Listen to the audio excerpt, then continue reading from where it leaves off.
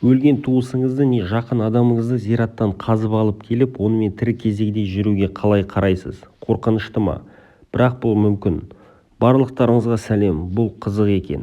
Бұл қияли да біз үшін санадан тыс дәстүр Индонезияның Сулавеси елді мекеніндегі Тараджи халқының майнене, яғни өлгендерді тазарту деген рәсімі.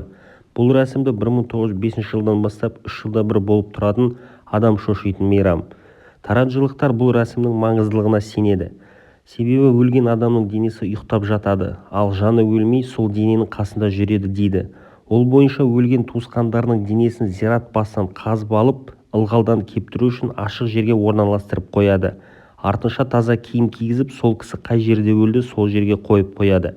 Содан кейін оны елді мекенді аралап, үйге апарады.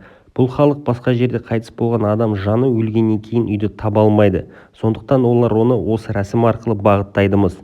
Бұл күні жылауға тыйым салынған. Марқұмды көмбеске дейін бірнеше күннен жылға дейін жатуы мүмкін. Сол уақыт ішінде марқұм жағдайын жасап, тамағын, темекісін әкеліп береді және формалинмен консервілейді. Формалин деген арнайы зарарсыздандырғыш, мәйіттердің шіруін азайтатын иісі ауыр сұйықтық. Егер оларға дұрыс қарамаса, бізбен өштесіп кек сақтап алады дейді. Мейрам бітерде мәйітті алып, оны келесі мейрамға дейін жартасқа жерлейді. Бұндай ерекше күн Мексикада да бар. Олар бұл күнді өлер күні деп бүкіл Мексика болып тойлайды. Бірақ бұл күн 1920 жылға дейін жай дәстүр ғана болатын. Көне ацтектерден қалған құдайларға құрбандық шалу күннің осы уақытқа дейін жеткен өзгерген формасы. Байырғы жұрт бұл күні адамдарды құрбандыққа шалып отырған. Мексикалық революция біткеннен кейін халық тұтастығын арттыру мақсатында үкімет тарапынан бұл күннің мәртебесін көтеріп, жалпы ұлттық мейрамға айналдырады.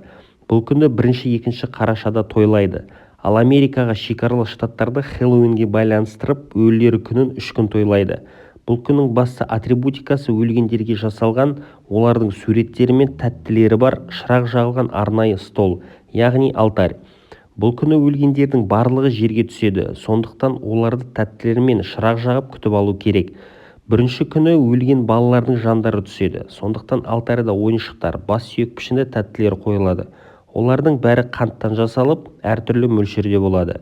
Екінші күні болса, ересек адамдардың жандары ағылады. Бәрі сол сияқты зираттан үйге дейін алтарьлар қойылады. Екінші күні ересек адамдардың заттары қойылып, саналуан ішімдіктер түрлері, темекілер және алыстан шөлдеп келген адамдардың жанына арналған су және де сүйектері мықты болу үшін тұз қойылады.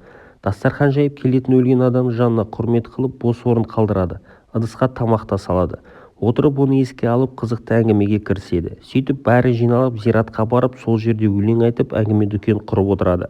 Мексиканың әр аймағында бір мерекенің тойлау дәстүрлерінде сәл айырмашылықтар болады. Ол бейінде немесе жиналыстарында болуы мүмкін. Бір штатында өлген адамды 4 жылға жалға алынған зиратта жерлеп, оны 4 жылдан кейін осы мейрам күніне сүйегін қазып алып, әр сүйекті тазалап, жәшікке салып, осы әулетке тиесілі қорымға апарады. Бұл күннің пайда болып осы уақытқа дейін жетуіне Мексиканың дәстүрі мен еуропалық жаулап алушылардың құрлыққа алып келген католик дінінің араласуы ықпал етті.